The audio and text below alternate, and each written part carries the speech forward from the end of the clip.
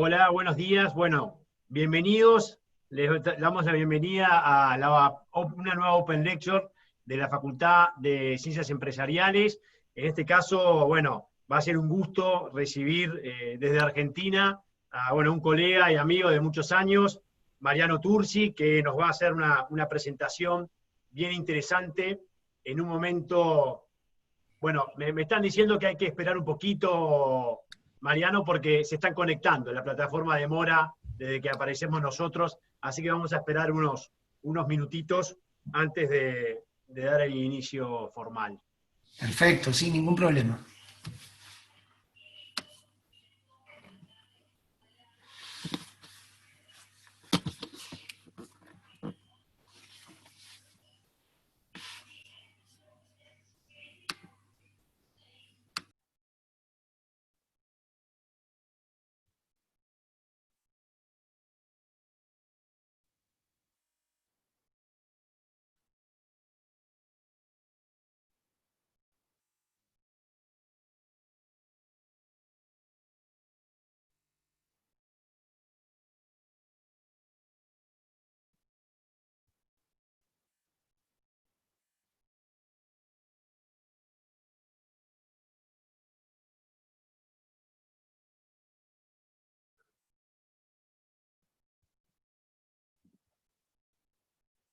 Bueno, los que ya están conectados, decirles que vamos a esperar unos minutitos porque la plataforma, lleva un tiempo para que todos se puedan ir ingresando, debido a los datos que pide la plataforma para poder ya ser parte del evento. Así que en 2 minutitos más vamos a ir arrancando.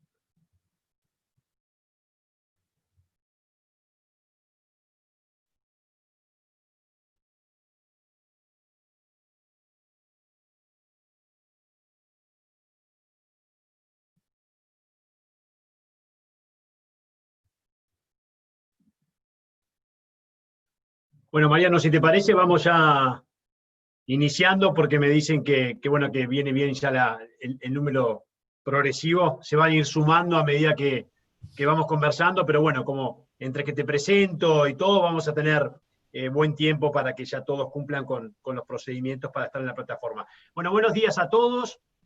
Les decía anteriormente que es un gusto para mí poder darle la bienvenida a Mariano Tursi, colega y amigo muy destacado internacionalista de Argentina, con una trayectoria muy amplia. Así que, Mariano, en primer lugar, bienvenido. Muchas gracias por estar con nosotros. Gracias, Ignacio.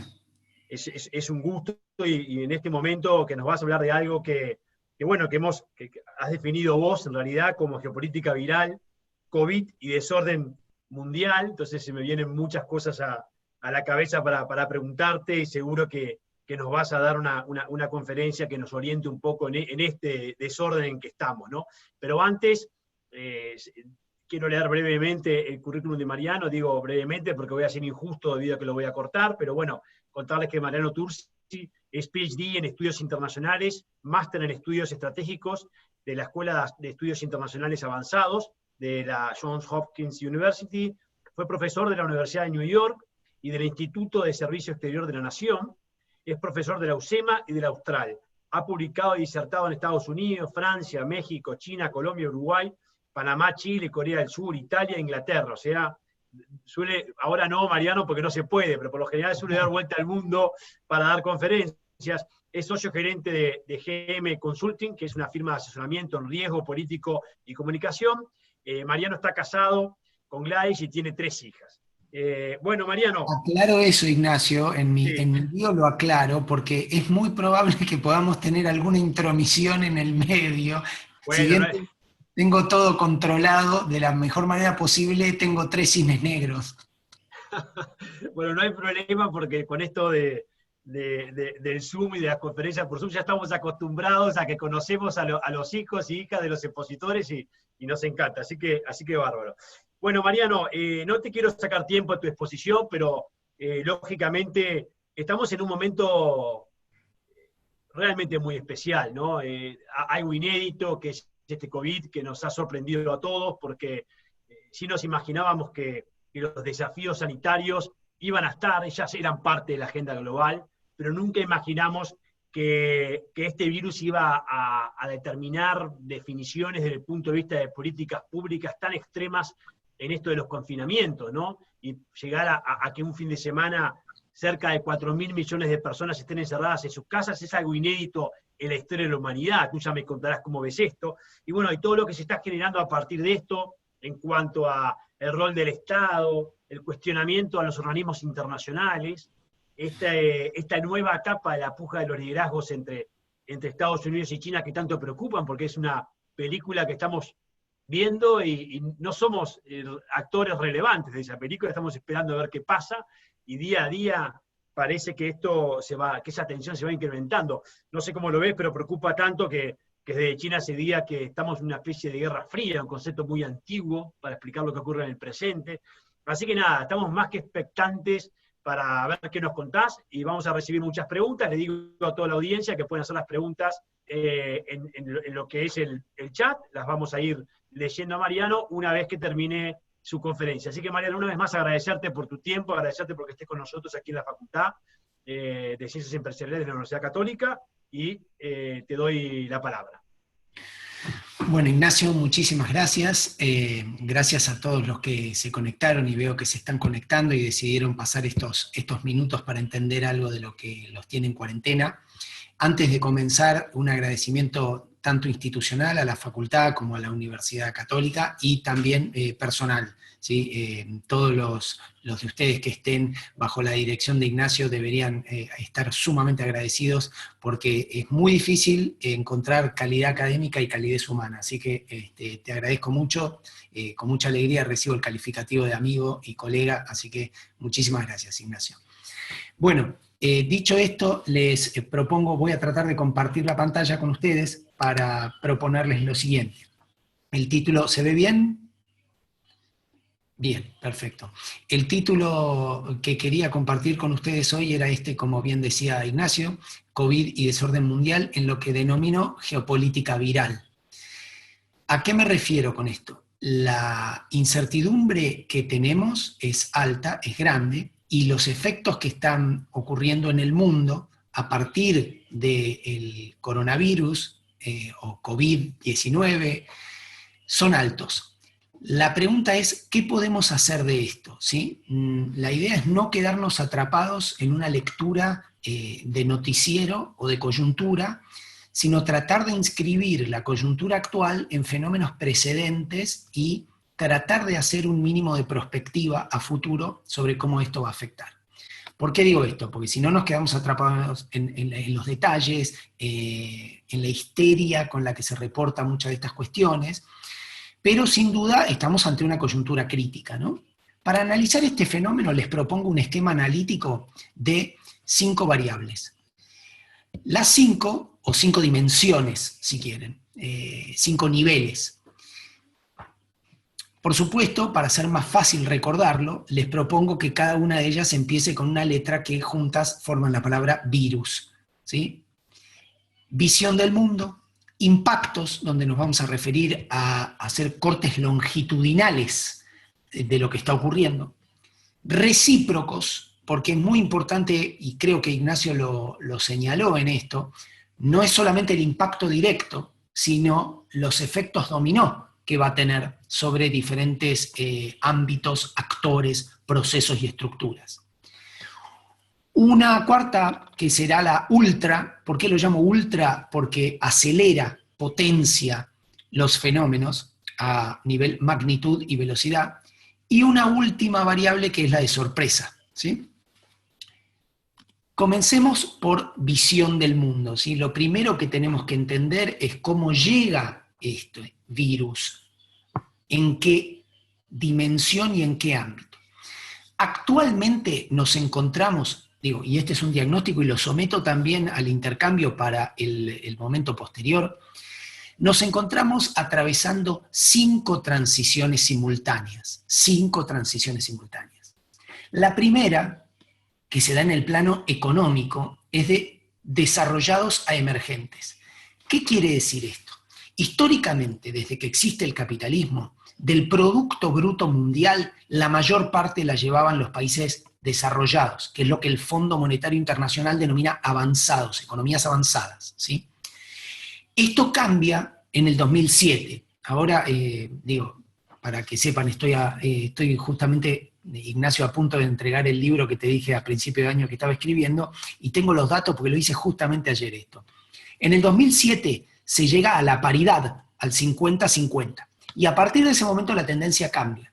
Esto quiere decir que lo que se denomina economías en desarrollo o economías emergentes, cada vez más participan del producto global, tienen más del 50% de la economía global.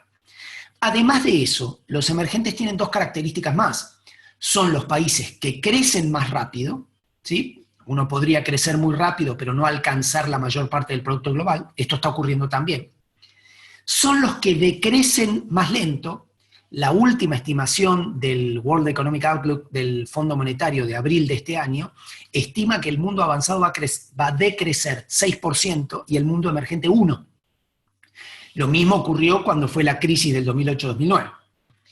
Y además, como tercera dimensión, entonces, mayor participación en el producto global, mayores tasas de crecimiento y han desplazado ya a nivel micro el centro o el motor del crecimiento global. ¿Qué quiero decir con esto? Hoy el crecimiento global en el mundo está proviniendo de las clases medias en los países emergentes. Estas clases medias que podemos hacer distinciones, con mis compañeros economistas hacen muy clara la distinción que, bueno, a ver si es clase media o nuevos pobres, como se lo llama, pero sin duda los motores de crecimiento de la economía global son las clases emergentes, particularmente geográficamente localizadas en el Asia emergente. Para que se den una idea para nuestros países, para Argentina, para Uruguay, estos son lo que anteriormente se denominaba tercer mundo o mundo subdesarrollado, ¿sí? Fíjense lo peyorativo del término subdesarrollado. Yo siempre resalto que subdesarrollado es el equivalente económico de insultar a alguien diciéndole subnormal. Entonces, no solamente tenemos esta triple característica de la dimensión económica, sino que tiene alguna cuestión política también. Lo que nos pone en la puerta de la segunda transición, que es de norte a sur, en la dimensión política. Ignacio, en la última oración que mencionó antes de empezar, lo sugirió esto, las críticas a los organismos internacionales. Acá ya no solamente estamos en la importancia económica de la dimensión 1, sino que pasamos a la influencia política de la dimensión 2. No estamos en la repartición de la riqueza, sino en la puja de poder, ¿sí? Estos países que tienen el oro van a buscar el bronce. ¿Qué quiero decir con esto? En algún momento, los países que tienen riqueza van a intentar que la estructura dentro de la cual consiguieron esa riqueza se adecúe más a sus propios intereses. Esta es una puja típica de la economía política, de Hirschman para adelante está muy bien estudiado, pero lo que estamos viendo a nivel internacional, ¿qué es? Bueno, que van a tratar de modificar las instituciones internacionales, las reglas y procesos por los cuales se genera. No nos olvidemos que las instituciones que regulan el orden internacional liberal son las instituciones puestas por Estados Unidos y sus aliados. Por ejemplo, Naciones Unidas, no mucha gente lo sabe, es el nombre de la coalición aliada. La coalición que gana la guerra en 1945 se llamaba Naciones Unidas. De allí que en el Consejo de Seguridad no esté Alemania y no esté Japón, claramente, porque eran los grandes perdedores. Tenemos otras iniciativas que muestran esto. Por ejemplo, el Banco Asiático de Inversión en Infraestructura, ¿sí?, que no cuenta con Estados Unidos. En nuestro continente, la CELAC, que a una escala mucho menor muestra una diferencia versus la estructura de gobernanza tradicional que era la OEA, ¿sí?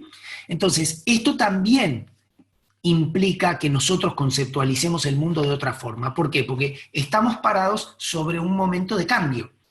Esto no quiere decir ni que desaparecen los avanzados, ni que desaparece el norte global, sino que estas dos dimensiones empiezan a jugar más fuertemente y que las tenemos que comprender.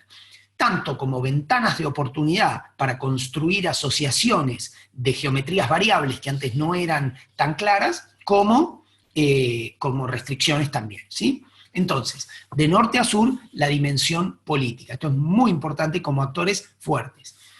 Y quiero resaltar algo bien de ahora. La Organización Mundial de la Salud ha tomado una postura bastante complaciente con China, donde uno ve que Tedros ha incluso alabado el modelo chino. Fíjense qué diferente, el modelo chino de resolución.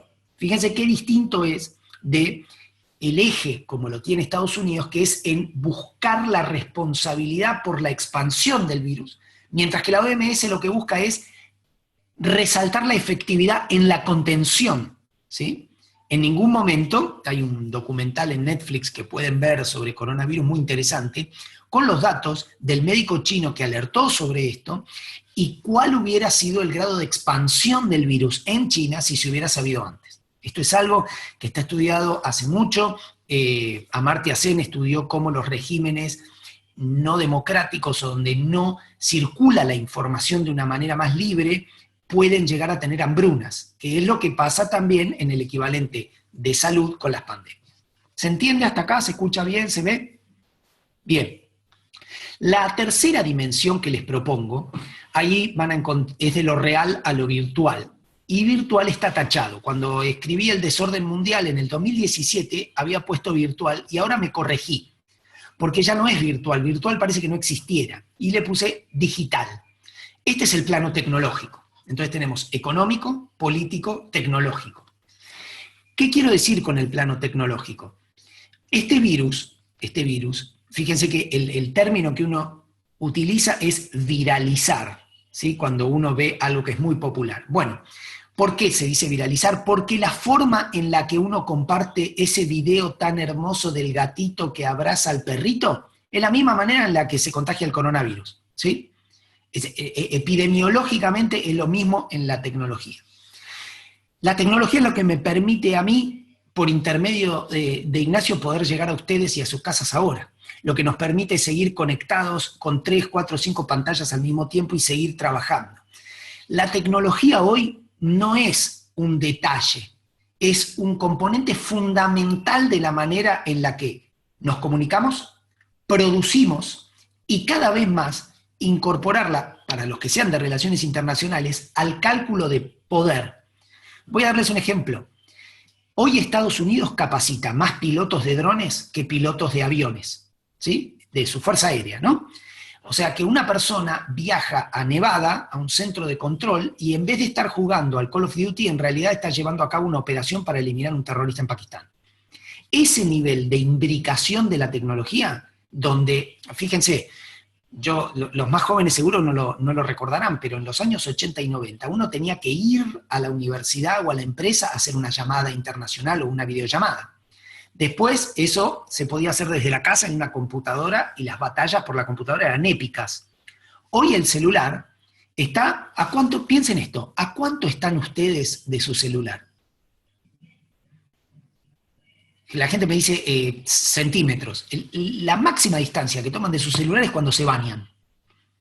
Fuera de eso, donde está el celular está el individuo. El próximo lógico paso es integrar la tecnología al cuerpo, ¿sí? Esto ya lo vemos con los wearables. Bueno, en la pandemia de COVID-19 la tecnología fue clave. Tenemos infinidad de ejemplos de esto. Desde drones que circulaban y medían la temperatura de la gente sin que tuviera que salir de la casa, hasta aplicaciones. Acá en Argentina el Estado tiene una aplicación, no sé cómo es el caso en Uruguay, pero el Estado tiene una aplicación porque una estrategia epidemiológica para controlar el virus es, como bien dijo Ignacio, la cuarentena, la otra es el seguimiento.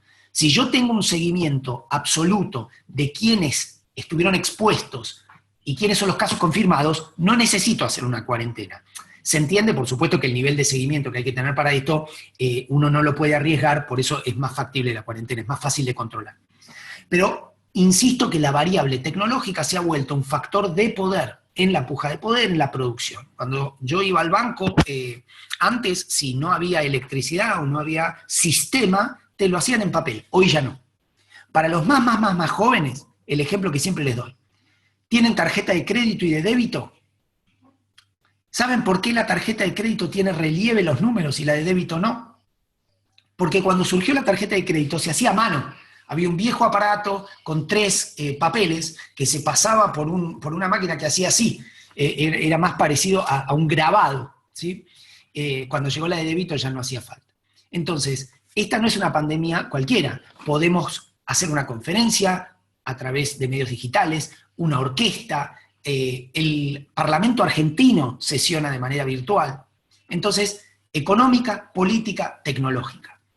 La cuarta dimensión que les propongo es la propiamente geopolítica, del Atlántico al Pacífico. Y de esto hemos charlado infinidad de veces con Ignacio para ver, y él conoce mucho más de esto que yo. ¿A qué me refiero con esto? Seguramente los que son dirigidos, alumnos de él, ya lo tienen muy claro. Lo siguiente, el mapa mental con el que abordamos el mundo no es ese mapa que nos dieron en el colegio primario y secundario. En la margen izquierda empieza las Américas, está el Atlántico y después Europa, África y el Pacífico.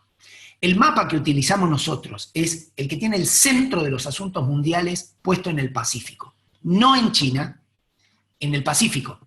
Cuando uno mira ese mapa, encuentra un arco que conecta China, Rusia, Estados Unidos, México, Chile, bueno, obviamente antes Colombia, Ecuador, ¿sí? Perú. Y entonces nosotros nos vemos que desaparece físicamente el Atlántico, pero nos centra como importancia en el Pacífico. Por esa zona por donde pasan más del 90% de las exportaciones mundiales, más del 79% de los recursos energéticos mundiales transitan por ahí, por el estrecho de Malaca.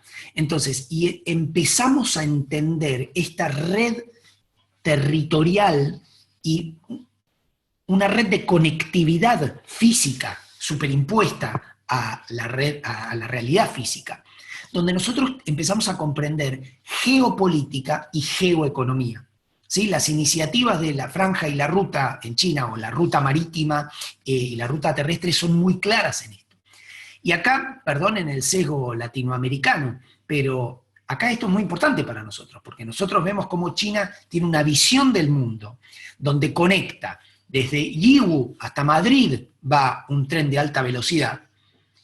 Si vamos por mar, lo vemos muy claro, ¿sí? Los puertos amigos de China e incluso los competitivos, porque India tiene una relación muy ambivalente. El Índico, ¿sí? Subir por África, cruzar por el Canal de Suez, remontar el Mediterráneo, y después está América Latina, y particularmente Uruguay, y digo, mal que le pese a muchos intereses argentinos.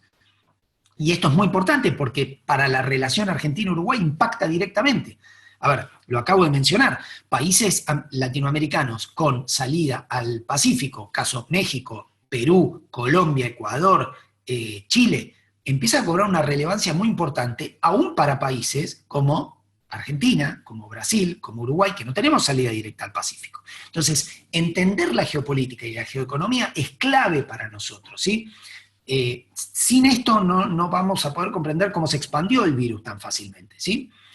¿Cómo puede ser que nosotros este virus, estos tipos de coronavirus, SARS 2003, no hubo tanta expansión? Nosotros tenemos epidemia de MERS, que es el virus de Oriente Medio, que se transmite generalmente de los camellos a los seres humanos y no llega a todo el mundo. Bueno, solo se explica porque China está integrada en las cadenas de valor, en la geoeconomía mundial y en la geopolítica mundial, de una manera absolutamente fusionada. de la cual no podemos escapar, o por lo menos tenemos que tomarla como el dato fundamental geopolítico y geoeconómico de nuestra era. ¿Se entiende esto? Tenemos económico, político, tecnológico, geopolítico / geoeconómico, fundamental para entender cómo impacta el virus. La última dimensión, que es la más complicada de entender, porque es una variable residual que los analistas, es de Occidente a Oriente, que es la dimensión cultural. Nosotros no estamos atravesando una transición cualquiera. Insisto con esto. Una transición para mí es como cuando ustedes llegan con el auto a una rotonda, ¿sí? Cuando llegan a una rotonda pueden seguir derecho, y uno dice, bueno, no fue una transición porque seguí para el mismo lado que venía, empezar a dar vueltas y perderse ahí, o agarrar para cualquier otro lado, ¿sí? Pero a eso me refiero con momentos donde hay que tomar una decisión, y además no solamente una decisión, porque no depende de un actor. La dimensión cultural implica lo siguiente, es lo que Samuel Huntington en El choque de civilizaciones decía muy claramente, a mí me parece que la imagen lo va a ilustrar. Él decía, Dios y el César es una división muy clara, ¿sí? Retomando ese viejo pasaje de la Biblia donde Jesús habla de lo que es del César, porque la moneda tiene la cara del César, pero básicamente lo que dice Huntington es nada religioso, sino de autoridad temporal y autoridad espiritual, Estado e Iglesia. Pero, dice Huntington, no en todo el mundo es así, dice. En el mundo islámico, en la civilización islámica, Dios es el César. Dice, en China, el César es Dios, y en la ortodoxia rusa, Dios es el socio menor de César, dice, haciendo alusión al rol de la Iglesia Ortodoxa rusa. ¿Qué tenemos con esto? Y acá hay una discusión filosófica de fondo que los invito a pensar a todos. El COVID-19 y la pandemia y las políticas públicas resultantes nos están haciendo repensar la frontera entre Estado y mercado. Por ejemplo, en Argentina hay una discusión sobre libertad individual y economía o salud, ¿sí? Economía o salud. No me voy a meter en esto en cuanto a tomar posición, pero sí es, obviamente, ninguna persona bien pensante puede ignorar el costo económico, y lo vamos a ver medido, que tiene llevar un parate económico de este calibre. Ahora, esto vuelve a poner sobre el tapete una discusión. Les voy a dar un ejemplo. En Estados Unidos, el aumento en grado de un impuesto al té llevó a una revolución. No era un nuevo impuesto, era una mayor tasa impositiva. El impuesto ya existía. Entonces, esto lo que está haciendo es repensar los límites entre Estado y mercado, entre Estado e individuo. ¿Hasta qué punto puede el Estado aplicar medidas? No estoy diciendo que esté mal o bien, se entiende, por favor, ¿sí? Lo que quiero es que entiendan que esto está ocurriendo, y está ocurriendo deliberadamente en el mundo. China se está presentando, todas las embajadas chinas son básicamente agencias de marketing hoy en día, mostrando la efectividad para combatir una pandemia que tiene un régimen político. Y esta es una discusión muy importante. Fíjense que esto es muy notable. Los países con mayor tradición o gobierno más aperturista, liberal, Estados Unidos, Gran Bretaña, Brasil, son los que tienen los peores índices de contagio. ¿Sí? Justamente por este factor, porque hay una discusión más, si ustedes lo vieran como una aguja, más del lado de proteger la libertad y la actividad económica. Bien, esto es muy importante porque a futuro va a dar lugar a muchísimas nuevas discusiones. Una de las que yo utilizo es, recuerden el 2001, después de los atentados a las torres, muchas medidas que se tomaron estaban observadas a través del prisma de la securitización. Yo llamé a esta charla geopolítica viral porque creo que a partir de COVID-19 muchas medidas económicas van a estar vistas a partir del prisma de la medicalización, ¿sí? Hoy ustedes están todos en sus casas, ¿no? Pero cuando vuelvan a interactuar con alguien, un estornudo va a ser equivalente a una persona orando en un avión en árabe, ¿sí? Va a ser medido con la misma manera. A cualquiera de ustedes le puede haber pasado de ver una persona en un avión o en un aeropuerto orientarse hacia la Meca y rezar. Eso, que era un dato, si quieren, cultural, después del 11 de septiembre, se vio falsamente, pero estaba en la percepción popular como un paso más cerca de volar por el aire. Bueno, hoy un estornudo se va a ver como un paso más cerca de morirse de coronavirus, ¿sí? El otro pasa a ser una amenaza. Digo, yo le digo cultural a esta dimensión, pero obviamente tiene raigambre de economía política, ¿no es cierto? No es que voy a decir esto porque los chinos son Han o porque los rusos tienen una etnia particular, pero sí entramos en competencia en modelos, ¿sí? En modelos. Bien, paso a la segunda, ¿sí? La I de impactos. Los impactos que tiene este virus van a estar en distintas dimensiones.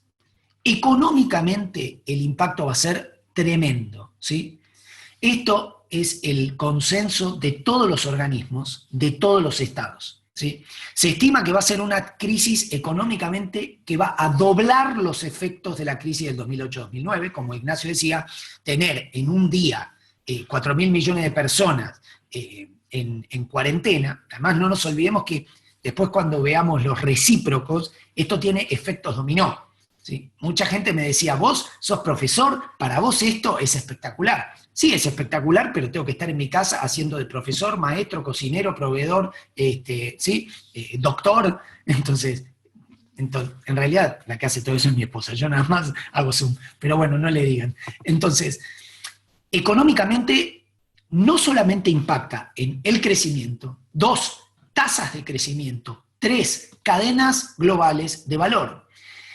Pensar la economía mundial sin pensar cadenas globales de valor, esto es algo que Ignacio sabe mucho mejor que yo, es absolutamente errado, ¿sí? Entonces, no entender, y esto es algo que en el sector privado, como decía Ignacio, que hacemos nosotros, bien, digamos, tener cadenas globales de valor multinacionales sin tener análisis de riesgo político multinacionales es un problema esperando surgir, ¿sí? ¿Por qué? Y porque alguien se comió un sushi de murciélago, entonces hoy Montevideo está en cuarentena.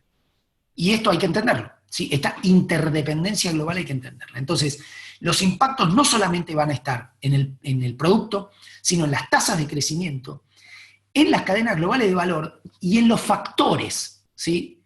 Nuestra hija más chica tiene 6 años y empezó primer grado. Nosotros vemos el impacto en la formación de capital humano hoy.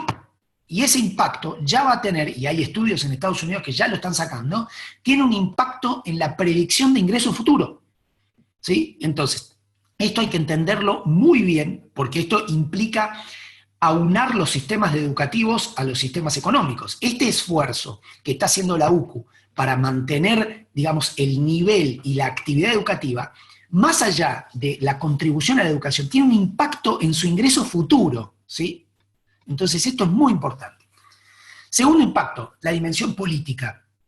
El impacto en la dimensión política es brutal, ¿sí?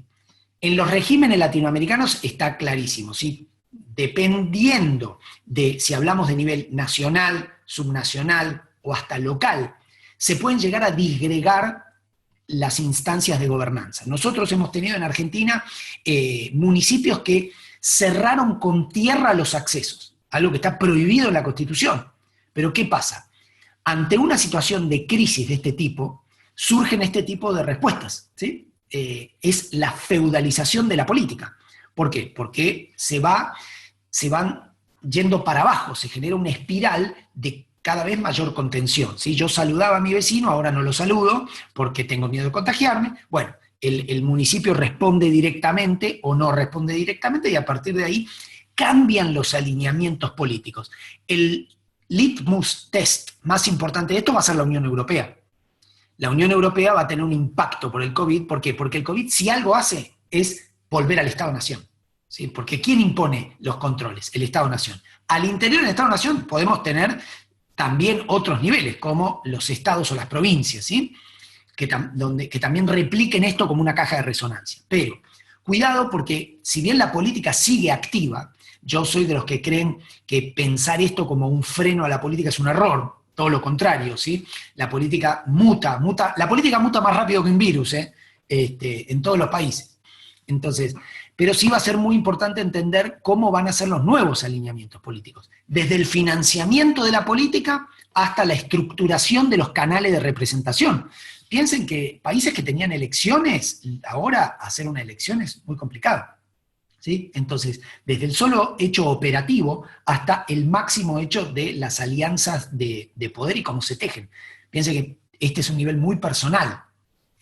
Tercero, social. Acá me refiero a que el impacto en la dimensión social va a ser enorme. ¿Cuántos de ustedes se piensan yendo a tomar un café, a un bar? ¿Cuándo van a volver a viajar? Decía Ignacio, que Ignacio tiene mucho más millaje que yo. ¿Cuándo van a volver a viajar en avión con una persona al lado a una distancia que solo tienen reservada para su familia? ¿Cuándo van a volver a ir al cine, al teatro, a un recital? ¿Sí? Entonces, socialmente esto ha cambiado mucho. Por supuesto, esto tiene un impacto en economía y en política, ¿no? Porque, a ver, cadenas de cines, ¿cuándo se van a recuperar? Los teatros, ¿cuándo se van a recuperar? Todas las actividades que dependan de agrupaciones humanas de más de 6 o 12 personas, ¿cuándo se van a recuperar? Imagínense, por ejemplo, viernes a la noche, que es el momento en donde se llenan los bares, las discotecas, todo eso se puede hacer de vuelta. Por supuesto que se puede hacer de vuelta, el ser humano tiene eso. El cuarto, pero quiero que lo piensen, la cuarta dimensión de estos impactos es la de seguridad. Llamamos geopolítica viral porque hoy la biopolítica de Foucault, la idea de que el cuerpo del otro es una amenaza a mi seguridad, esto está en primer plano, ¿sí? Hoy las justificaciones médicas, ¿sí? Y fíjense, ha habido casos, por lo menos aquí en Buenos Aires, ha habido casos de gente que ataca a otro, aunque sea verbalmente, por no tener barbijo, por tener máscara, que no es esa la máscara, no respetar la distancia. Esta idea del distanciamiento social implica que el acercamiento social es un problema de seguridad. Hoy, 4 o 5 personas reunidas en una esquina representan un problema de seguridad para toda la población, ¿sí? Eso implica un nivel de control por parte de las autoridades estatales inusitado. ¿Cómo se utilice o se ejerza ese control? Bien, va a depender de cada una de las sociedades, pero no se equivoquen. Esta pandemia le ha dado a todos los estados y a todas las instancias de autoridad una carta blanca muy grande, ¿sí? Para todos los que no tenemos poder, sino que quiero que piensen algo. Para todo, este es un sesgo que tienen los politólogos o la gente que estudia el poder. Cuando nosotros hablamos del poder, no lo podemos pensar como las personas que lo tienen, lo tenemos que pensar como las personas que lo reciben. Con lo cual, no es que yo me he vuelto poderoso, alguien se ha vuelto poderoso sobre mí. Entonces esto es sumamente importante. Lo mismo con otros actores. Ha habido, yo lo sé de primera mano, ha habido planificación en el Estado argentino, desde el Ministerio de Defensa y el Ministerio de Salud, con respecto a Brasil, porque lo que se temía en una primera etapa es que la política, digamos, de cuarentena débil, corta y de no cuarentena del presidente Bolsonaro generara un spillover de gente de Brasil hacia la Argentina. Entonces, ya no pasa a ser un problema de salud pública en Brasil, sino un problema de seguridad nacional en la Argentina, ¿sí? Entonces, el último punto es el ambiental. El BID tiene un tablero de control donde ustedes pueden ver esto. Ambientalmente, acá hay una dimensión positiva. Las emisiones de dióxido de carbono y de nitrógeno en las grandes urbes en el mundo cayeron a niveles estrepitosos. Ya lo vamos a ver en los próximos slides, obviamente como resultado de que el transporte público y privado colapsó.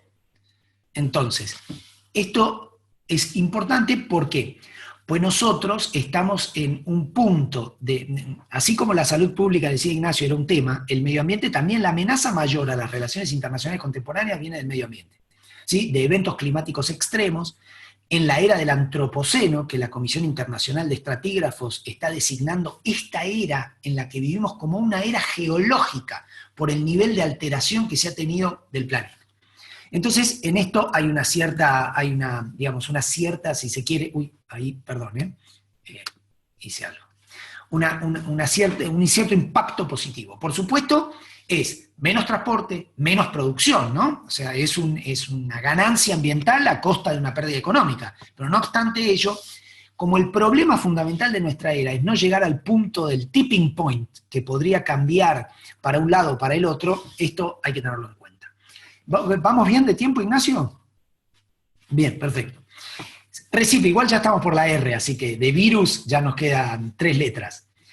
Impactos recíprocos, esto es muy importante. Por ejemplo, voy a dar 3 ejemplos para que lo entendamos bien claro y después voy a ahondar en el de América Latina. En los países petroleros, la pandemia global no solamente impacta en el precio principal, en el precio del principal producto de exportación, sino que es una amenaza a la gobernabilidad. Países como Arabia Saudita o como Venezuela podrían ver no un parate económico, sino un colapso del régimen, ¿sí? Y esto es muy importante para entenderlo a nivel de riesgo político. Y me focalizo en petróleo, ¿por qué? Por lo que acabo de decir. La gente en su casa, menos transporte, ¿sí? Por lo menos en países en los que tenemos cuarentena, el transporte aéreo se paralizó completamente. Imagínense cómo se cierra drásticamente el consumo de combustible, ¿sí? Tanto en automóviles, transportes públicos, aviones, ¿sí? Y también barcos, ¿no? Entonces, esto es muy importante. En países petroleros, el efecto recíproco o de segundo orden que tiene es una amenaza directa a la gobernabilidad. En Argentina, por ejemplo, digamos, uno puede estar mal, puede tener una pérdida en el ingreso, puede haber sido despedido, pero no se amenaza el Estado. En Venezuela es el gobierno, perdón. En Venezuela, sí. Segundo, el sudeste asiático. Después vuelvo con América Latina. En el sudeste asiático esta pandemia ha hecho todo lo contrario. Ha vuelto a una instancia geopolítica del territorio, ¿sí? Hemos visto movimientos, ¿sí? De hecho, hemos visto movimientos de flota iraní anteayer. Pero hemos visto movimientos en las zonas en disputa del sudeste asiático bastante más fuertes, ¿sí? Sobre todo movimientos asertivos por parte de China. Pero esto lo que ha hecho es, al bajar el nivel de actividad económica y reducir la prosperidad across the board, lo que ha hecho es que cada uno se haya concentrado más fuertemente, replegado sobre sus intereses y salir a defenderlos de una manera bastante más agresiva. Por supuesto, acá hay que desagregar, no es el COVID, es el contexto internacional previo al COVID de recrudecimiento de las tensiones bilaterales entre Estados Unidos y China. Pero de esta pandemia ya se están reconfigurando las cadenas de valor con una lógica de seguridad, con miras a desplazar al otro. Este es el gran problema, lo vamos a ver en ultra, pero es un enorme problema. Bueno, en América Latina, para nosotros el impacto más grave que va a tener el COVID es en desigualdad, desempleo, ¿sí? ¿Por qué? Porque son los problemas más graves que nosotros tenemos, además de caso argentino, caso de deuda, ¿no? Porque, digamos, el peor momento para renegociar una deuda es este. Entonces, desigualdad, desempleo. Voy a darles algunos ejemplos. Esto es parte de un informe, si ven la tabla, después lo puedo pasar para que lo vean, o pasarles el link incluso. Fíjense, cuando nosotros vemos el total de ocupados informales, ¿no? La columna del medio, ¿sí? La segunda columna, ¿sí? El BID maneja 3 escenarios: una crisis de corto plazo, una crisis de largo plazo que implica 3 trimestres, o una recesión prolongada ya. Pero fíjense que los números más positivos que podemos encontrar son una caída del 4.4% a nivel agregado, ¿no? Que en el caso de Bahamas es del 9.3%, en el caso de Uruguay del 7.5%. Digo, me focalizo en Uruguay, fíjense que el mejor escenario que maneja el BID es de 7 puntos del producto de caída, ¿sí? El mejor escenario, el peor es de 21, ¿sí? Por supuesto, estos escenarios, digo, para traer un poco de calma y que no salgan todos a romper la computadora en su casa, el tercer escenario es el de menor probabilidad también, eso hay que entenderlo. Pero son escenarios muy difíciles de manejar. ¿Por qué?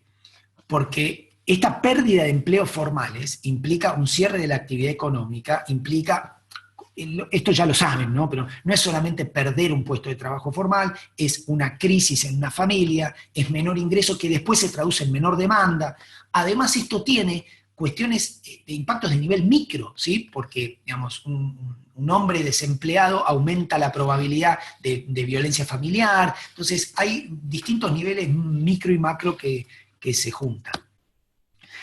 El 8 de mayo, hace unos días, el BID también publicó este gráfico que pareció tremendo a partir de una encuesta, donde ustedes ven las barras rojas, que es pérdida de trabajo, y las barras azules, que es cierre de un negocio. Fíjense que mientras para la categoría ingresos bajos, pérdida de trabajo 68%, para ingresos altos 25%. Es decir, algo que ya conocemos, pero que el COVID, digamos, magnifica, que es que los sectores de ingresos altos se pueden defender mejor en esta crisis que los de ingresos bajos. Ayer en la provincia de Buenos Aires se puso en cuarentena la Villa Azul, ¿sí? Hoy, si ustedes entran al diario Clarín, que es el periódico de mayor circulación en la Argentina, van a ver el titular no lo quise poner para no asustar, del gobernador de la provincia, que lo denomina bomba viral, ¿sí? O sea, lo que se está haciendo es equiparando la expansión del COVID a la expansión de una onda atómica, ¿se entiende? Y no está tan errado, ¿sí? La verdad es que no está tan errado. Entonces, ¿por qué? Porque cuando nosotros hablamos de Italia o de Estados Unidos, no hay villas. Ustedes tienen también, en todos los países de América Latina encontramos con distintos nombres, ¿no? Favelas, pero cantegriles, pero quiero decir, digamos, es casi un tema de arquitectura. La densidad poblacional y la manera en la que esa densidad poblacional, porque no son grandes edificios, la manera en la que está estructurada digamos, el hábitat en los bajos ingresos es absolutamente proclive para la expansión del virus. ¿Se entiende? Entonces, es muy importante entender esto. El otro día lo hablábamos en una conferencia, en un Zoom también, en una clase, uno dice, aumentaron las ventas de Amazon y de Netflix. En la Villa 31 no hay Amazon y Netflix, ¿sí? Entonces uno no le puede decir, bueno, quédate en casa. ¿Quédate en casa qué? Si casa es 1/4 para 7.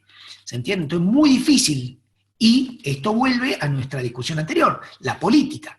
¿Por qué? Porque se cae en el riesgo de estigmatizar el virus y estigmatizar la pobreza, no al virus, ¿no? Estigmatizar la pobreza y creer que en realidad, porque las condiciones de contagio son más fáciles en los barrios populares, entonces son los que la causan. Y eso es un error. Es un error metodológico, pero políticamente puede llegar a ser sumamente atractivo, como es en Hungría criminalizar a los inmigrantes, como es en Turquía a los refugiados, como es en Estados Unidos a los chinos, como es en China a los Estados Unidos, ¿sí? Entonces, como es en gobiernos no peronistas al peronismo, entonces acá en la Argentina. Bien, fíjense el índice de transporte público más reciente. Ahí tienen a Montevideo. Comparado con la semana del 2 al 8 de marzo, la penúltima línea es Montevideo, 66% cayó. En Buenos Aires, 82%, ¿sí? Entonces, por supuesto, esto implica menor movimiento de personas. Esto implica sobre todo, ¿por qué me focalizo en transporte público? Porque la gente que toma el transporte público es además la más vulnerable o la que tiene más trabajo informal, ¿sí? Que a su vez vuelve a estos barrios que estábamos hablando antes. Digo, depende acá también se utiliza el transporte público por ingresos, ¿no? Pero, digo, independientemente de los ingresos. Pero digo, esto el transporte público creo que lo muestra muy bien, ¿sí? La circulación, cuánta gente compra cosas cuando va o vuelve del trabajo, afecta a todos. Por eso, efectos recíprocos sobre la sociabilidad, sobre la producción, sobre el entretenimiento, sobre las oportunidades de desarrollo laboral. Bien, ultra, ya casi terminamos. Tres cuestiones, porque decía COVID y desorden mundial. 3 Ds, ¿no? El primero, desglobalización. Bueno, este es un enorme debate. Lo primero que quiero marcar es que por eso lo puse con signos de interrogación. A mí no me asusta no tener la respuesta. Es más, muchas veces me asustan muchas que sí la tienen. Entramos en una era de desglobalización, donde, digamos, a partir del COVID va a haber menos globalización, menos interdependencia económica, menos integración comercial, menos liberalización financiera, o de aceleración de la globalización. Fíjense que, digamos, tecnología, yo por lo menos me siento que trabajo más que antes, ¿sí?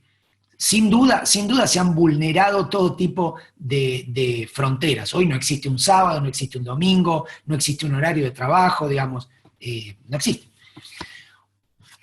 entramos en una aceleración de las tendencias previas. Por ejemplo, tomemos guerra comercial. Post-COVID, ¿vamos a tener más o menos guerra comercial? O no vamos a tener guerra comercial, lo que nos llevaría a transformación de la globalización o a una finalización de la globalización. Cuidado con esto, cuando yo hablo de globalización distingo globalización como proceso, que es un hecho sobre todo económico, ¿sí? Por actores económicos públicos y privados, de la globalización como proyecto, ¿sí? Una cosa es el proceso de la globalización y otra es el proyecto de la globalización. Hubo actores transatlánticos, mayormente Estados Unidos, en una muchísimo menor medida Europa, que fueron parte de un proyecto de globalización, que se engancha con la segunda pregunta de orden mundial. Hoy tenemos globalización y desorden mundial. Rusia quiere participar de la globalización, pero no quiere ser parte del orden mundial. China no solamente participa de la globalización, sino que es el líder de la globalización. Si uno mira los últimos discursos de Xi Jinping en Davos, parecen de Clinton, sin la parte de libertad y derechos humanos, es un discurso de Clinton, el que sostiene, desde que llegó Trump al poder, el que sostiene la globalización es China, ¿sí? Entonces, pero el orden mundial es otra cosa. El orden mundial son las instituciones, son las prácticas, ¿sí? Piensen que, digamos, el tándem liberal por excelencia de liberalización económica y liberalización política se quebró completamente. China, digamos, es 100% en favor de la liberalización económica y no hablamos de liberalización política. No estoy diciendo que está mal y bien, de vuelta, este es el debate, yo soy un académico y es el debate académico de la época. Pero es importante entender dónde estamos parados. No podemos dar por cierto este cóctel porque ya no lo es. El último es desintegración social. Muchos países, digo, nosotros lo estamos pensando desde Montevideo, desde Buenos Aires, con nuestras computadoras, pero imagínense en países como Somalia, ¿sí? Como Haití, ¿sí? Como provincias argentinas como Chaco, por ejemplo, estoy hablando, no hay que irse tan lejos. Entonces, Asia Central, franjas de Pakistán, ¿cómo va a afectar el COVID-19 a el contrato social preexistente y posterior? ¿Sí? Muy probable que el contrato social europeo cambie completamente. Digo, Italia, Gran Bretaña se fue justo, el Reino Unido se fue en febrero, pero Italia ya está discutiendo su permanencia en la Unión Europea. No nos olvidemos que cuando uno ve tanques rusos en Bérgamo, uno dice, ¿pero qué pasó acá? ¿Dónde está la Unión Europea? ¿Dónde está la OTAN? ¿Sí? Esas certezas, como decía Ignacio, de los organismos internacionales, no se podía. La última vez que hubo tanques rusos en Europa arrasaron Berlín, ¿se entiende? Digo, sin tomar la primavera de Praga, ¿no? Entonces, a nivel de globalización, que es la parte, digamos, económica, a nivel político global, que es orden mundial, y a nivel de economía política y de contrato social interno. Fíjense, por ejemplo, esta foto, ¿sí? Que uno ve un bautismo, ¿sí? El aviso que el cura tiene una pistola de agua porque ni siquiera se quiere acercar. Entonces, hasta las prácticas micro, lo puse porque cuando digo desintegración social, lo digo para tomar una dimensión de los impactos que tiene esto, ¿sí? Todos los de ustedes que tengan hijos en China, por ejemplo, que ya reabrieron los colegios, y que no quise poner esa foto ahora, los chicos en China están volviendo al colegio con esos sombreros como los de los mandarines, que originalmente se usaban para que no conspiraran en la corte. Y están volviendo con sombreros así, por supuesto con personajes como Pikachu, pero están volviendo con distancia social. Último punto, y pasamos a las preguntas, si te parece bien, Ignacio. El último punto es el siguiente. Ahí pueden ver un poco ornitológicamente dos aves.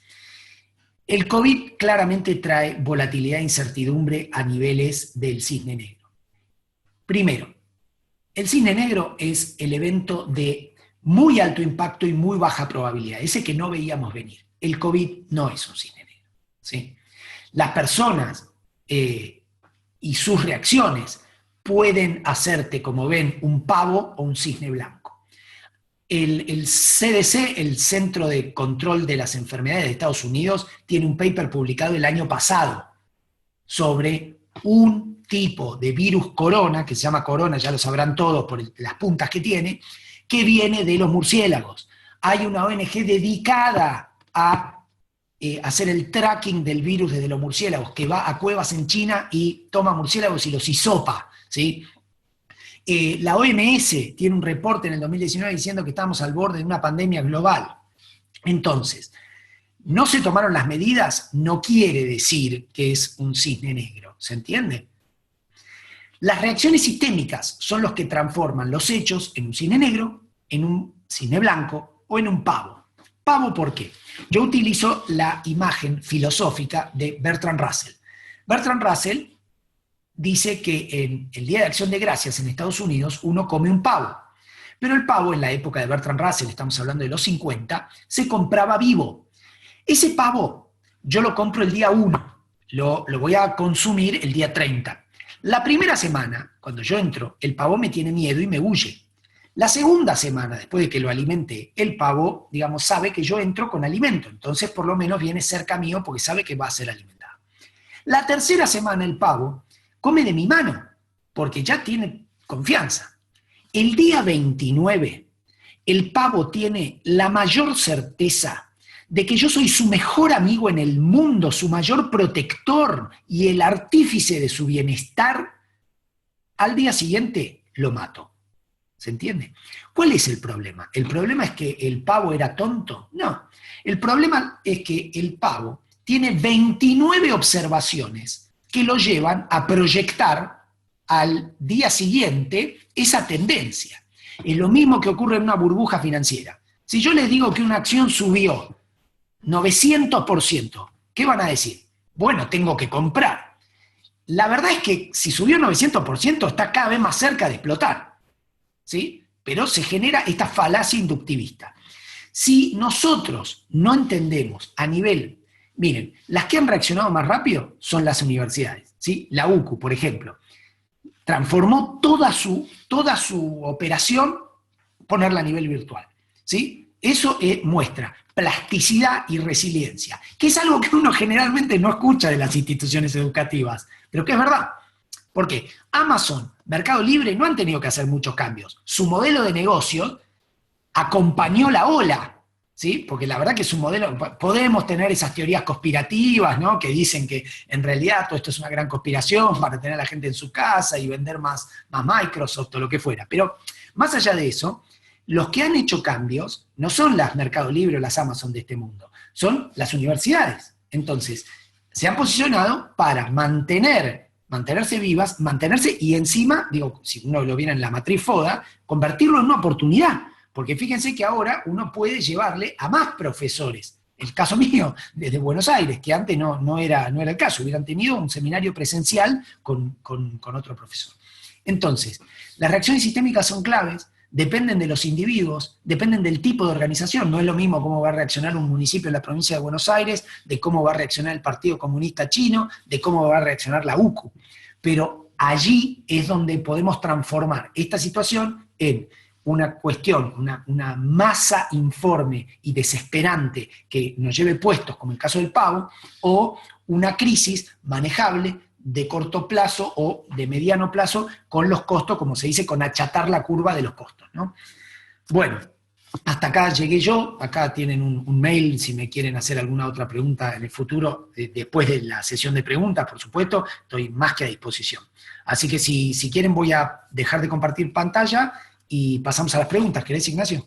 Sí, perfecto, Mariano, muchas gracias. Se escuchó perfecto, se entendió bárbaro y creo que nos pusiste todos los elementos, o muchos, arriba de la mesa para discutir o para pensar, bueno, qué nos espera y cómo salimos. Tengo varias preguntas que llegan por diferentes medios electrónicos, que te las voy a ir haciendo, si te parece, Mariano. Y algunas que también quiero hacerte yo, si queda un poco de tiempo.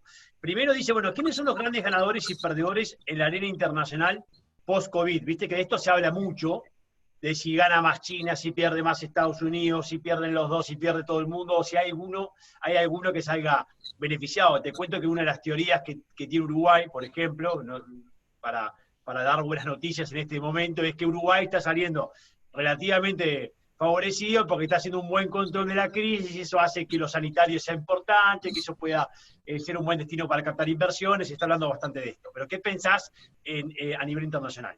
Bueno, a ver, yo suscribo completamente, mal que me pese en algunas cosas, pero suscribo completamente a que Uruguay va a ser uno de los grandes ganadores de estos. Porque, digamos, profundizar en esa tradición de país sano, ¿sí? Pero no lo estoy diciendo a nivel humano solamente, lo estoy diciendo a nivel económico, ¿no?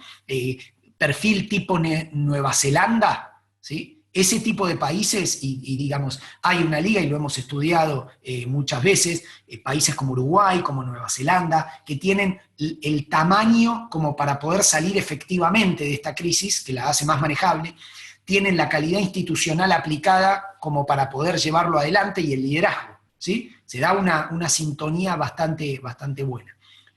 ¿Hay grandes perdedores? Sí, caso Brasil, caso Estados Unidos son grandes perdedores. Me cuesta ver ganadores, yo diría hay perdedores plus y perdedores perdedores, ¿no? ¿Por qué? No nos olvidemos que una recesión global perjudica a todo el mundo. Eso está claro, podemos ganar, perder más o perder menos, ¿sí? Después hay que ver sectores, por eso digo, cuando uno habla de ganadores, dice ganadores actores o sectores, ¿sí? Hay sectores que van a ser ganadores, el sector tecnológico es un gran ganador, si yo fuese el dueño de Zoom, la verdad que sería un enorme ganador. Zoom, Amazon, Mercado Libre, muchísimas actividades que hoy pasaron al plano virtual y vulneraron la barrera de la barrera física, digamos. Perdedores, bueno, a ver, transporte, aerolíneas, turismo, todos estos sectores, digo, para ustedes quizás es algo bueno que no los invadan los argentinos, pero digo, turismo va a ser es un sector muy duro. Turismo, entretenimiento, todo conferencias internacionales, todo lo que se llama hospitality en inglés. Esos son enormes perdedores, ¿sí? Enormes perdedores. A nivel, eso te digo, a nivel privado. A nivel países es un poco más complicado. Los países que vengan o que salgan de esta crisis, países como Argentina, la va a pasar muy mal. ¿Por qué? Porque hay algo de lo que yo no quise hablar para no asustar, pero primero vamos a tener el tema sanitario. Pero para salir de esto, necesariamente los países van a tener que reactivar la economía, necesariamente los estados van a tener un rol activo. ¿Eso qué quiere decir? Quiere decir simple, inyectar capital en la economía. ¿Cómo se inyecta capital? Con costo inflacionario, siempre. No, a ver, esto es algo que Keynes decía, ¿no? Porque el objetivo de Keynes era salir de la Gran Depresión, no controlar la inflación. Entonces, el costo inflacionario que esto va a tener va a ser enorme, y esto también hay que entenderlo. Entonces, podemos terminar atrapados en una recesión o en una estanflación, ¿sí? Que es estancamiento con inflación. Ahí los países, digo, no lo repitan, pero países que tengan mal manejo financiero son perdedores. No sé qué quieren que les diga. Bueno, mira, hablando de eso, llega una por la plataforma bueno, que es bien complejo, pero que nos preocupa mucho también acá, obviamente, Mariano, en Uruguay, que dice, buenas Mariano, te quería preguntar cuáles son las consecuencias del default económico de Argentina en este contexto del coronavirus. Bueno, en este momento no se notan, ¿sí? Es que eso digamos, es una buena ventaja que tiene el presidente Fernández. ¿Por qué? Porque en un contexto donde, digamos, las inversiones no están yendo para países que no tienen default. Entonces, el problema va a ser en el post-coronavirus. ¿Por qué? Porque cuando Argentina quiera salir a captar flujos internacionales, cuando uno necesita financiamiento, ¿cómo lo consigue? Lo consigue de 4 maneras principales, ¿sí? Recortando gastos, que tiene un costo político, inyectando capital, que tiene un costo inflacionario, aumentando impuestos, que tiene, no, perdón, esa ya la dije, consiguiendo del exterior, ¿sí? Entonces, ahí, ¿cómo conseguimos dinero del exterior? Bueno, endeudándose, ¿sí? Hay endeudamiento, imprimir, impositivo o gasto. Son los 4 caminos, no quedan otras. Cada uno tiene. Si uno cobra impuestos, pierde las elecciones. Si uno imprime, tiene un costo inflacionario. Si uno corta la actividad, también corta, digamos, gasto, porque el gasto público son los servicios públicos. Vieron que hay algo acá es nominativo, ¿sí? ¿Qué quiere decir? Y de la otra también, el endeudamiento también tiene un costo. En el caso argentino, no se nota en este momento. Argentina sigue tratando de renegociar, por supuesto es una masiva bola de incertidumbre que se inyectó en las negociaciones, porque tampoco el Estado puede salir a responder. Hoy Argentina está en una posición fea, respondiendo a tu pregunta. ¿Por qué? Porque, ¿qué quiere ver el Fondo Monetario para respaldar la deuda con los privados? equilibrio fiscal. Estos no son tiempos de equilibrio fiscal, es imposible pedir equilibrio fiscal. A un país equilibrado fiscalmente ya le complica el panorama. Imagínense Argentina, que es un desequilibrado serial. Complicado, sí, complicado. Bueno, nosotros también tenemos ese problema en Uruguay porque ya veníamos con un déficit fiscal bastante elevado y bueno, ahora todas las proyecciones indican que, claro, no se va a poder controlar ahora y apostamos a que las calificadoras de riesgo den una pausa a los controles, pero van a volver. O sea, el mundo va a volver a ser, en ese sentido, las calificadoras van a cumplir su rol, entonces los efectos pueden estar. Sigo Yo con creo que otra... es una cosa, Sí, Ignacio, así, digamos, off the record, en la parte no tanto académica, sino lo que nosotros hacemos también en el sector privado. En algún punto, los estados ahora tienen una carta, que es que ya, la verdad es que no hay una actividad económica como para que las calificadoras o los bonistas se planten en un lugar de decir, bueno, entonces me voy a otro lado. Al ser global, hay un mínimo espacio de negociación que se abre también, ¿sí? Porque el parate es global. Entonces, pero, a ver, les voy a dar un ejemplo. Acá no hubo ni siquiera una baja de los intereses de las tarjetas de crédito. Entonces, no es que se están replanteando. El presidente habló hace un par de días y dijo, no me importa cuándo se hable la cuarentena. Ese tipo de señales, por supuesto, son típicamente argentinas, que no corresponden, no son conducentes, ¿sí? No es la señal que uno espera para una negociación de la deuda. Pero, no obstante, sí es un problema a nivel mundial, ¿sí? Piensen que esto es, vos decías Uruguay, Argentina, piensen Italia, España, ¿sí? Ustedes piensen que uno de los sectores grandes perdedores es inmobiliario. ¿Cómo mostrás una propiedad hoy? ¿Quién compra una propiedad hoy? Entonces, y eso fue la causa de la burbuja en muchos países. Perdón, Tengo decime. una acá que dice, Mariano, existen autores que están comenzando a hablar sobre un proceso de desglobalización, jugando también con el desorden mundial tuyo. ¿Cuál es tu opinión al respecto de esta desglobalización? ¿Vamos hacia más nacionalismo, proteccionismos, o es algo que no va a ser un cambio estructural? El nacionalismo y el proteccionismo es una respuesta del avance de la globalización, es paradójico, ¿no? Pero vos tenés respuestas nacionalistas y proteccionistas fíjate la plataforma de Trump. Trump se presenta contra la globalización, básicamente. Habla contra los mexicanos, que son la globalización de personas, contra los chinos, que son la globalización de bienes. Yo lo que diría es lo siguiente, lo que nosotros le estamos diciendo nuestra línea es la siguiente. No hay una desglobalización, ¿sí? Vamos a tener globalizaciones simultáneas. Es como Amitabh Bhattacharya habla del mundo multiplex, ¿sí? Yo creo que vamos a una globalización multiplex, donde uno entra a un cine, pero elige en qué película se mete, en qué sala se mete, en qué sentido. Crecientemente divergente el perfil entre Estados Unidos y China.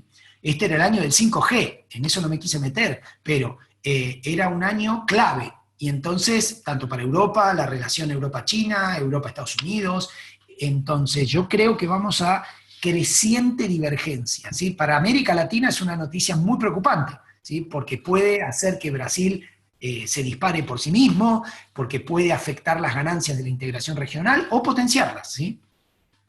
Ya que comentaste Brasil, hago una cortita con respecto a Brasil. ¿Cómo estás viendo la situación de Bolsonaro, Mariano? Porque acá nos preocupa bastante y yo sé que en Argentina algunos están manejando como una hipótesis posible el hecho de que incluso la crisis política en Brasil se acelere y nos termine agregando, además de una económica, una política, porque siempre es malo que se den crisis con presidentes electos democráticamente, más allá de estilos de Bolsonaro que naturalmente no compartimos, ¿no? Bueno, a ver, la crisis política en Brasil impacta en Uruguay y en Argentina directo, esto estoy completamente de acuerdo. Segundo, la crisis política en Brasil se acentuó. El manejo del presidente Bolsonaro de la crisis fue pésimo por todos los indicadores que se quiera, desde el de propio de salud hasta el económico. Ahora, si nos vamos al tema de poder, la evaluación que yo veo de Brasil, sobre todo la que se hace en Argentina, no digo la mía personal, pero es que Bolsonaro está recortado completamente sus funciones, que en este momento, por lo menos para la crisis, está absolutamente cerrado, que no tiene poder. No sé cómo lo va a recuperar, ¿sí?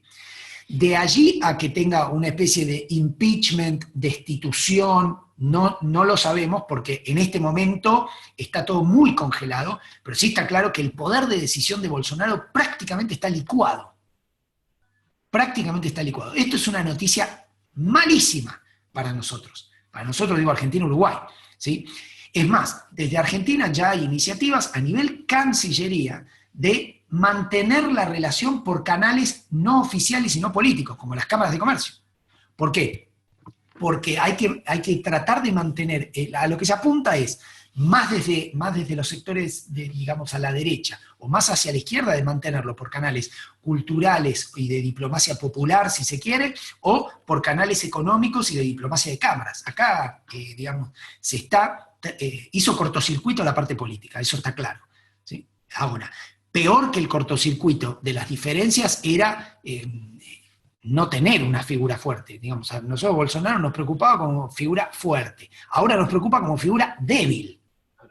¿Sí? Entonces, los problemas son centrífugos ahora, no centrípetos. Antes nos preocupaba esta especie de bully sudamericano que proponía Bolsonaro para Brasil. Ahora nos preocupa todo lo contrario. Porque además, una cuestión, más allá de los conflictos que podamos recibir, es absolutamente imposible establecer un diálogo constructivo. Constructivo en el sentido de cooperar en el tema COVID. No hay una iniciativa conjunta con Brasil. Cuando, digamos, más allá de todos los problemas y todo, Mercosur había permitido la medida de confianza mutua, la institucionalidad necesaria como para hacer algo. Nada de eso se hizo. Nada. Es complicada la situación, incluso para nosotros ahora que estamos con el problema en Rivera, que ahí es la frontera con Brasil. Estamos también lidiando con una situación complicada, por más que con Uruguay Bolsonaro se ha mostrado por lo menos dispuesto a colaborar, pero vamos a ver cómo sigue eso. Tengo otra que dice así: ¿es posible que un nuevo orden global más equitativo surja post-COVID, o por lo contrario se van a incrementar las desigualdades? A ver, a mí me encantaría que fuera así, pero no encuentro ninguna pieza de evidencia para sostener esa hipótesis. Lamentablemente no. Fíjate que el hombre más rico del mundo pre-coronavirus es Jeff Bezos. Imagínate post-coronavirus con las acciones de Amazon. A ver, solamente para que se den una idea. Jeff Bezos se divorció de su mujer Mackenzie el año pasado, le dio el 35% de las acciones de Amazon y aún sigue siendo el hombre más rico del mundo. ¿Sí? Según el último informe de Oxfam, que mide la desigualdad de ahora de enero-febrero de este año, para que se den una idea, si nosotros estuviéramos, todos los seres humanos de la Tierra, estuviéramos sentados en una pila de dinero, de dólares, de billetes de $100, la mayor parte del mundo estaría sentado en el piso. Algunos estarían sentados como mucho en una silla. Jeff Bezos estaría en el espacio. No, la verdad, esto no. Este tipo de crisis, y si quieren, acá me permito un ejemplo histórico, todas las pestes y plagas que he estudiado en la antigüedad, desde la peste antonina, la plaga de Atenas, ninguna sirvió para generar un orden más equitativo o hacer un salto de conciencia positivo de la humanidad. Complicado. Acá voy a juntar dos en una, porque van más o menos en la misma línea, Mariano, que habla de los organismos internacionales, se habla de la crisis de multilateralismo y en particular de la OMC, con este llamativo o no tan llamativo renuncia, ¿no?, de su director general, Acevedo, y bueno, de esta presión que existe en qué tanta razón tiene Trump a la hora de demandar la reforma de los organismos internacionales. Yo aquí tengo una posición que creo que alguna vez hemos conversado, que siento que los organismos internacionales han demorado en reformularse. Están demasiado rígidos y eso, cuando hay crisis, nos lleva a la posibilidad de quiebres. ¿En qué estamos con los organismos internacionales hoy? ¿Qué posibilidades reales de cambio hay? Bueno, a ver, Naciones Unidas no es un actor relevante, más allá de que estos organismos tienen una capacidad de diseminación de información. Pero fíjate que ameritaba un comité de crisis del G20, como el de Pittsburgh, por ejemplo, sí, por supuesto, y no está el G20. No está. Cuando digo no está, no estoy diciendo, me puede decir, bueno, hay pronunciamiento, pero no, realmente no hay nada. Y esto es sumamente preocupante. ¿Por qué? Porque nosotros pre-COVID nos movíamos con la idea de que, bueno, había organismos tradicionales, ¿sí? Bretton Woods, Naciones Unidas, Fondo Monetario, Banco Mundial, OMC, pero estaban más activas las alternativas, digamos, ¿no? CELAC, Banco Asiático. China no respondió desde esos lugares tampoco. Esos protointentos de China de construir instituciones multilaterales con centro en China, tampoco. Son los estados los que están llevando adelante todo. Y ni siquiera hay cooperación bilateral, porque uno diría, bueno, instituciones del orden mundial, primer nivel. Instituciones multilaterales regionales, segundo nivel, tampoco. Estados, cooperación bilateral, tampoco. Por ejemplo, le doy un dato. Israel está mandando al Mossad a comprar, porque como el Mossad y el Shin Bet tienen contactos en lugares no gubernamentales, donde no tiene contacto ni siquiera el gobierno de Israel, y se blindaron de insumo de COVID, que venden países con los que no tienen relaciones, o que tienen países con los que no tienen relaciones, a partir de los organismos de seguridad, ¿sí? Que es algo, es la vuelta a la política del siglo XIX. Es muy preocupante como los nuestros. Totalmente. Bueno, van llegando más preguntas, pero en realidad no nos queda mucho tiempo, estamos en 4 minutos, pero quería hacerte una más antes de despedirte, que bueno, esta es personal, que tiene que ver con esto que decías del Atlántico al Pacífico, que es algo que nos apasiona, que hemos seguido estudiando mucho y que, por supuesto, allí está el foco y va a seguir estando. Pero ¿cómo ves que ese eje pueda cambiar en 50, 60 años con una explosión de África?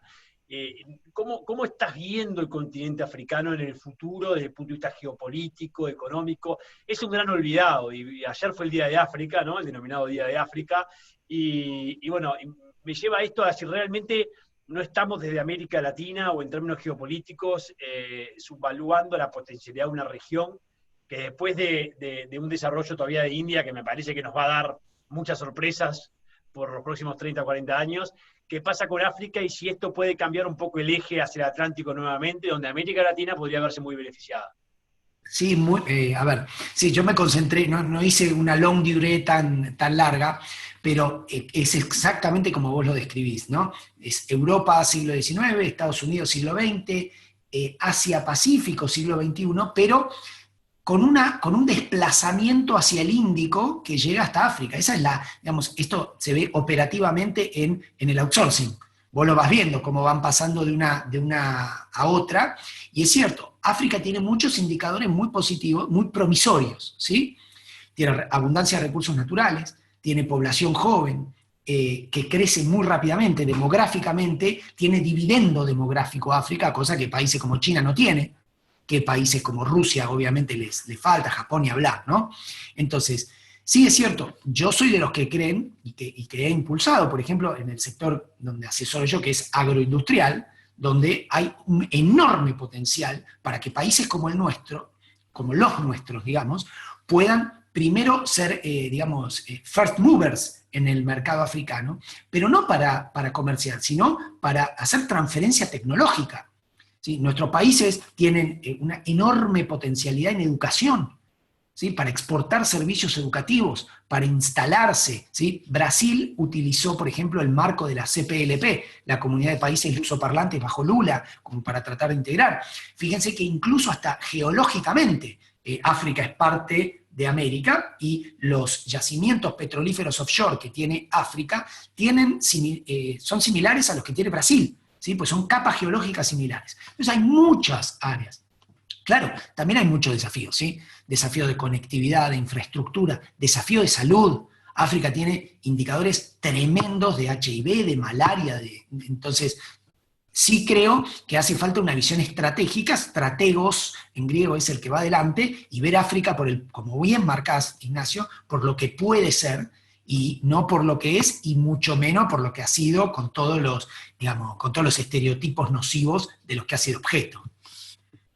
Mariano, bueno, la verdad que podríamos seguir, si siguen por los medios haciendo algunas preguntas, podríamos seguir mucho más, pero la idea era cumplir también con el horario. Nada, me parece que estuvo muy interesante lo que nos planteaste, nos deja pensando mucho. Agradecer obviamente a todos los participantes, pero especialmente a vos por tu tiempo. Por volcar con tanta honestidad tus conocimientos, Mariano, que eso es lo importante para nuestros estudiantes. Así que espero poder tenerte rápidamente en Uruguay, en una conferencia presencial que van a seguir. El mundo va a volver a una normalidad en unos meses y en eso te queremos aquí en la universidad, ya de forma presencial. Bueno, con mucho gusto, te agradezco inmensamente, Ignacio, la oportunidad, te felicito y bueno, qué suerte a todos los que están bajo el liderazgo de Ignacio, pues la verdad es un gusto. Muchísimas gracias, Ignacio. Muchas gracias, Mariano. Un saludo para todos. Nos vemos en la próxima.